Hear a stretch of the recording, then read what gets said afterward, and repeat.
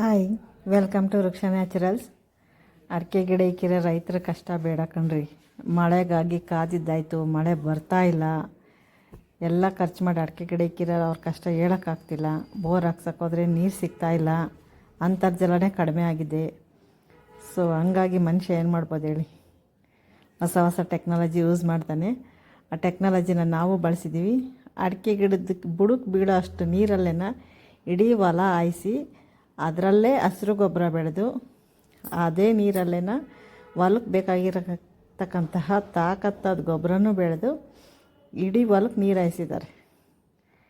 ಹೊಲ ಫುಲ್ ನೀರು ಹಾಯಿಸಿ ಗೊಬ್ಬರ ಬೆಳ್ಕೊಂಡು ಅಡಿಕೆ ಗಿಡನೂ ಬೆಳೆಸಿದ್ದಾರೆ.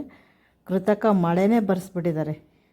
ಟೆಕ್ನಾಲಜಿ ಅಂದರೆ ಹಂಗೆ ಈ ಥರ ಯೂಸ್ ಮಾಡಬೇಕು, ಅಷ್ಟು ಟೆಕ್ನಾಲಜಿ ಯೂಸ್ ಮಾಡಿದ್ದಾರೆ. ನಿಮಗೂ ಯಾರಿಗಾದ್ರೂ ಇದ್ರ ಬಗ್ಗೆ ಮಾಹಿತಿ ಬೇಕಂದರೆ ನೀವು ಬಂದು ವಿಸಿಟ್ ಮಾಡ್ಬೋದು. ಅಲ್ಲಿಗೆ ಕಡಿಮೆ ನೀರಲ್ಲಿ ಇಡೀ ಹೊಲ ಹಾಯಿಸ್ಕೋಬೋದು. ನೀವು ಬೇರೆ ಇಂಟ್ರ್ ಕ್ರಾಪನ್ನು ಇದರಲ್ಲಿ ಹಾಕೊಂಡು ಬೆಳ್ಕೊಬೋದು. ಆ ಥರ ಇದೆ. ನೀರೂ ಜಾಸ್ತಿ ತಗೊಳಲ್ಲ. ಬಟ್ ತುಂಬ ಚೆನ್ನಾಗಿದೆ. ಅಲ್ಲೋಗಿ ನೋಡಿದ್ರೆ, ಫೀಲ್ ಮಾಡಿದ್ರೆ ಅದರ ಅನುಭವ ಏನು ಅಂತ ಹೇಳ್ಬೋದು. ಆ ವಿಡಿಯೋನ ನೀವು ಕಂಟಿನ್ಯೂಸ್ ಆಗಿ ನೋಡಿ, ಈ ವಿಡಿಯೋನ ಗೊತ್ತಾಗುತ್ತೆ.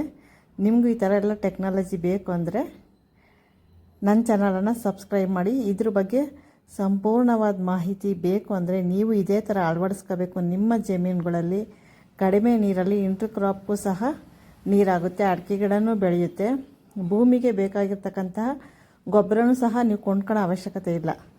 ಯಾಕಂದರೆ ನಾವು ಡಯನ್ಸ ಹಾಕಿ ಇದೇ ನೀರಲ್ಲೇ ಡಯನ್ಸ ಬೆಳೆಯುತ್ತೆ, ಕಾಯಾಗೋವರೆಗೂ ಬಿಡ್ತೀವಿ, ಮತ್ತು ಅದನ್ನೇ ಕಲ್ಟಿವೇಟ್ ಹೊಡೆಸ್ತೀವಿ, ಮತ್ತು ಇದೇ ನೀರಿಗೆ ಅದೇ ಡಯನ್ಸ ಹುಟ್ಟುತ್ತೆ, ಮತ್ತು ಹಸಿರು ಗೊಬ್ಬರ ಆಗುತ್ತೆ. ಹೊಲಕ್ಕೆ ಆಗೋಷ್ಟು ಪೂರ್ತಿ ಹಸಿರು ಗೊಬ್ಬರ ನಮ್ಮ ಈ ಸ್ಪ್ರೇನಲ್ಲೇ ಆಗುತ್ತೆ. ಸೊ ನೀವು ಈ ಟೆಕ್ನಾಲಜಿನ ಅಳವಡಿಸ್ಕೊಳ್ಳಿ.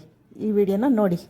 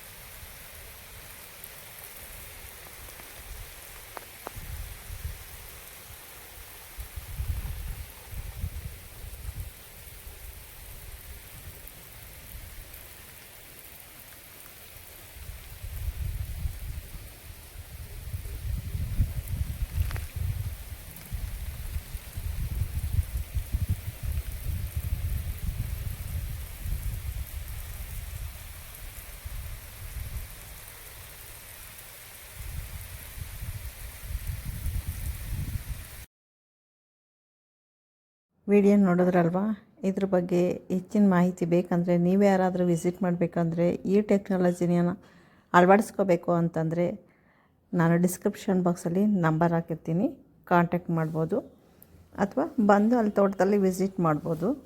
ಒಬ್ಬ ರೈತ ಅಡಿಕೆ ಗಿಡ ಬೆಳೆಯೋಕ್ಕೆ ಎಷ್ಟೆಲ್ಲ ಕಷ್ಟ ಬೀಳ್ತಾನೆ. ಅಡಿಕೆ ಗಿಡ ಕೈಗೆ ಬಂದಮೇಲೆ ನೀರಿಲ್ಲ ಅಂದಾಗ ಎಷ್ಟು ಕಷ್ಟ ಆಗುತ್ತೆ. ಅವನು ಯಾವ ಲೆವೆಲ್ಗೆ ತಲೆ ಕೆಡಿಸ್ಕೊತಾನೆ ಅಂದರೆ, ಮಳೆ ಬರಲಿಲ್ಲ ಅಂದರೆ ನೋಡಿ, ಕೃತಕ ಮಳೆನೇ ಬರೆಸ್ಬಿಟ್ಟಿದ್ದಾರೆ. ಅಲ್ಲೋಗಿ ನಿಂತು ನೋಡಿದ್ರೆ ಆ ಫೀಲ್ ಬೇರೆ ಇರುತ್ತೆ. ಎಷ್ಟು ಕಷ್ಟ ಬಿದ್ದಿದೆ. ಇಲ್ಲಿ ನೋಡೋಕ್ಕೆ ಖುಷಿ ಆಗ್ತಾಯಿದೆ, ಅದ್ರ ಕಷ್ಟ ಅವನಿಗೆ ಗೊತ್ತಿರುತ್ತೆ.